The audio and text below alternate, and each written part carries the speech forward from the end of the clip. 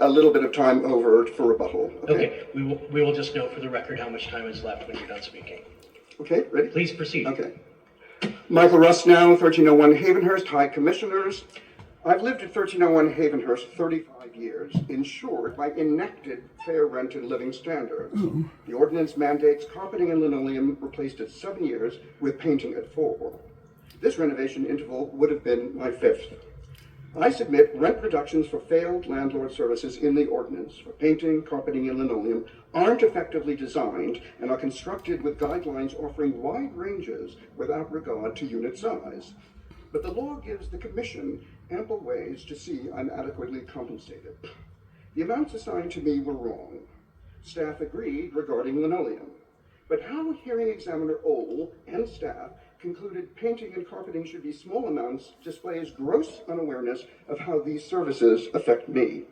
Mr. Ohl said, "The failure to provide this basic maintenance is a discontinuance or substantial reduction in a housing service, the loss of which necessitates a reduction in rent."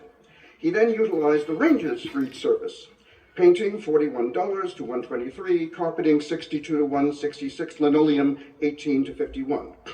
Without explaining why, he decided my 2-bedroom, 2-bath apartment should receive minimums, $41 for painting, $62 for carpeting, and $18 for linoleum. As to staff's report, its conclusions are mostly wrong and ignored my testimony and appeal letter, except for linoleum. Staff said $18 wasn't enough, recommending $40, 80% of the guideline range. However, staff said, while citing carpet photo stains, Mr. Ohl's painting and carpeting amounts were fine. Really? Staff dismisses me because holes do not exist as to the paint or the carpeting. 2-dimensional photographs don't show carpet wear, even with large stains, nor fading white paint, so no wall photographs were submitted. Why does the ordinance mandate renovation periods? It knows years take their toll. Paint fades and doesn't say holes are a determining factor.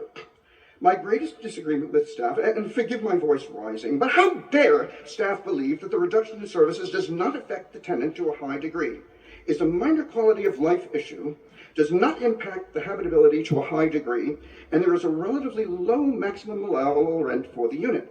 How dare staff presume this without viewing faded stained walls not evident in photographs or reduced pile of the carpet? How dare staff presume how I feel inhabiting an apartment with diminished quality, embarrassed when guests come over to see the impact of 7 years without refurbishment. Now, 7 months more since my application, and I have recent photographs with me. It is to staff a minor quality of life issue, though it has been a joy after renovations to see walls sparkle and carpet with quality pile. Then the obvious rationale about being unworthy of a higher amount because I'm paying a lower rent. Rent control was the be-all of cityhood, designed to protect tenants from landlord gouging, plus fixed periodic renovations in the law. But while it mandates rent rises, it gives landlords a means to defy the law.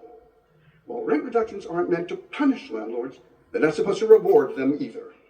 Giving landlords the choice to obey the law or lose small income as opposed to thousands to renovate is an easy choice, subjecting tenants to a decline in habitability.